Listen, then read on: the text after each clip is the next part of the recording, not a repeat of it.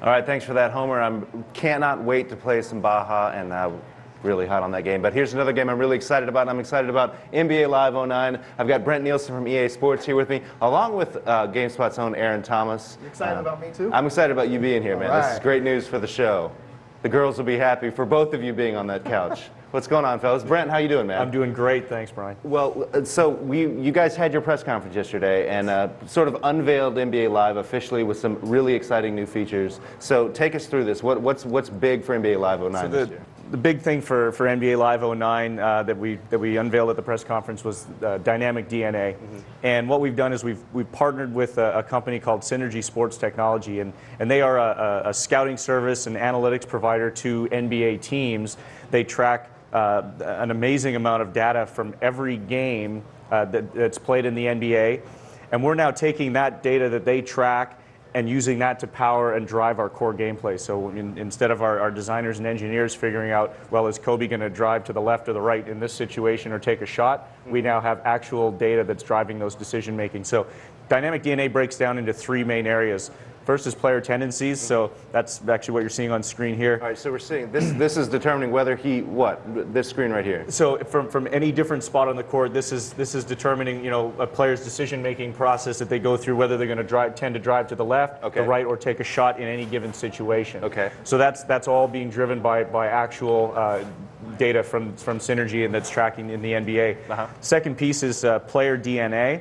So that's the strand that you're seeing here. So for every player in the league, it breaks down how they score. So you can see there, whether he's Kobe tends to be more of an isolation player and pick and roll ball handler. You got spot up shooter in Radmanovic. Gasol is probably more of a post up guy there. So this is for every player in the league. It breaks down how they score. And then the third piece is team DNA, which you see if you're going through the game in the front end, and that is the collection of players that you have on that team, how they play together as a unit.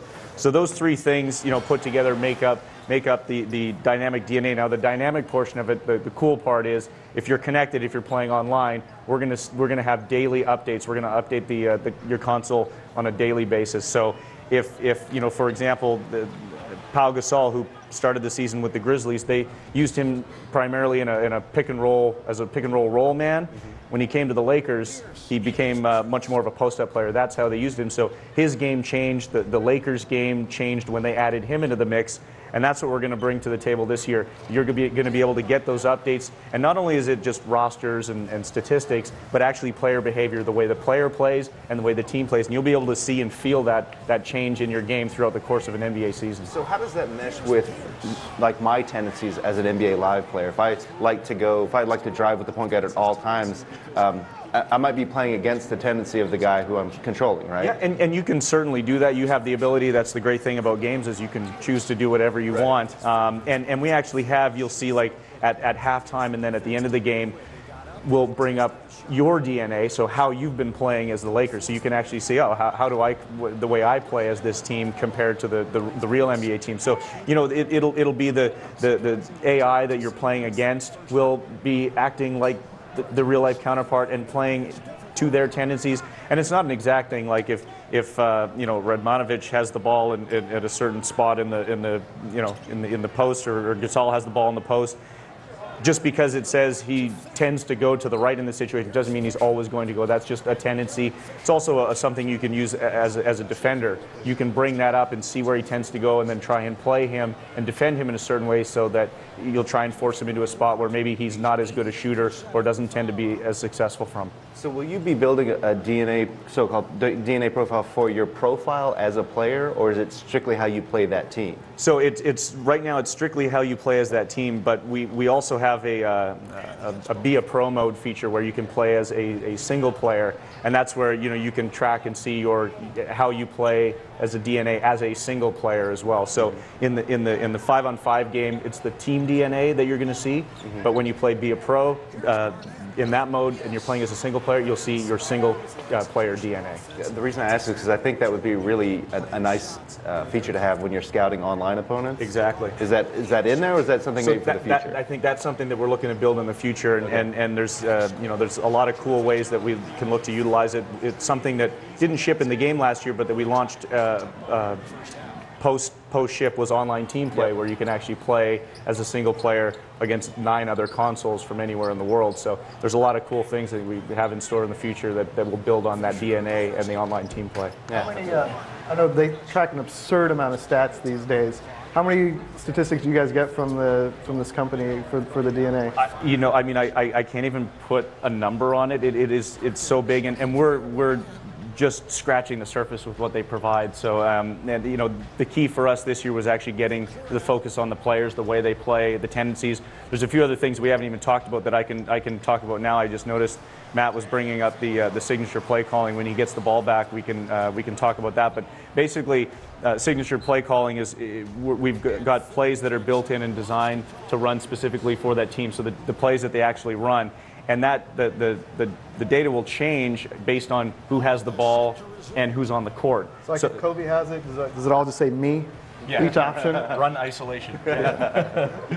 And again, if there's a trade mid-season and you see a team bring in a new player or new players, that will update dynamically as well, and we get that information from Synergy, what types of plays. So I think you can see here, Rondo's got the ball at the top of the key, and there's a different series of plays, and on the side you see where it says DNA. That's the percentage of time that they tend to run these particular plays. So in this example, you see that running a Garnett post-up play is the one that they tend to use most often. So Matt's going to actually run that play here. He gets the ball into Garnett. Does that update during the game? So if he's abusing you on that, you're going to see it going up that game? Or? Well, so the percentages won't necessarily change per game. But it will change every day based on what the actual team is running in real life. So and if Garnett were on the bench there, you would have a different set of plays that they would be running based on who's on the court and who has the ball. And one thing I noticed in that play calling screen that I did notice in the press conferences, I thought you'd only have 4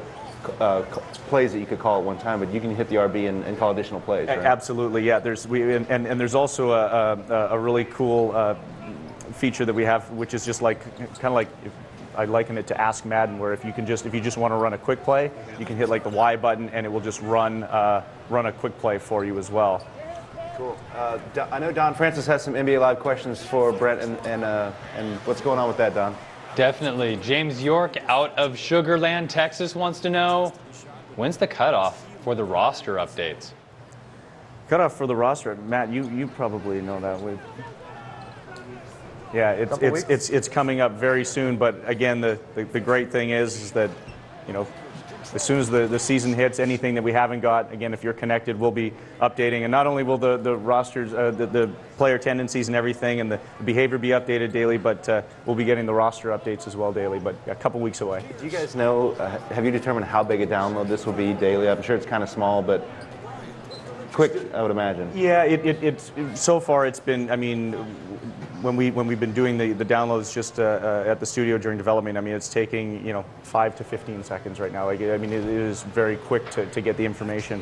One other thing that I forgot to mention that we didn't talk about in the press conference as well is NBA Live Rewind, which takes play now for sports games in kind of a new and unique direction. So you can choose to play 2 teams and have them with the default rosters and play, but because Synergy is tracking all this data for every single game, we give you the ability to go back and play a game that's already happened. So, for example, we on the disc here we've got all the games from the playoffs. So you could choose to play the Lakers-Celtics, just a game with all the default settings and rosters, or you can choose to play Game 6, and it will use the exact tendencies and the exact DNA and the shots that they took and the selections from that game.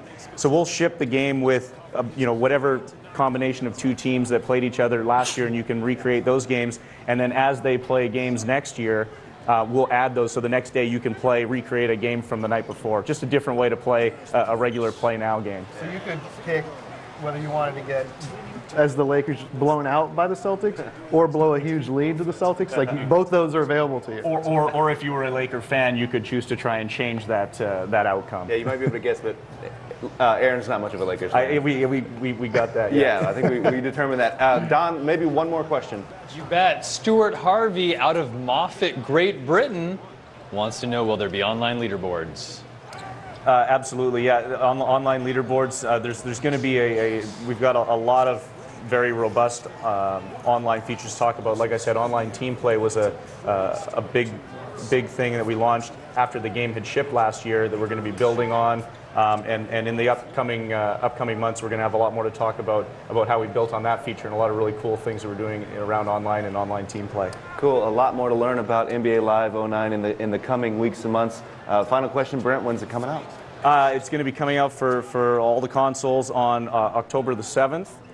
It'll be in stores, and we'll have a demo out probably 3 or 4 weeks before the game will be in stores, so you can look for that as well. Awesome. Well, thank you so much, guys. Matt, thanks for playing the game for us. Aaron, thanks for being on the couch. We appreciate it. You got it. Maybe we'll see you guys.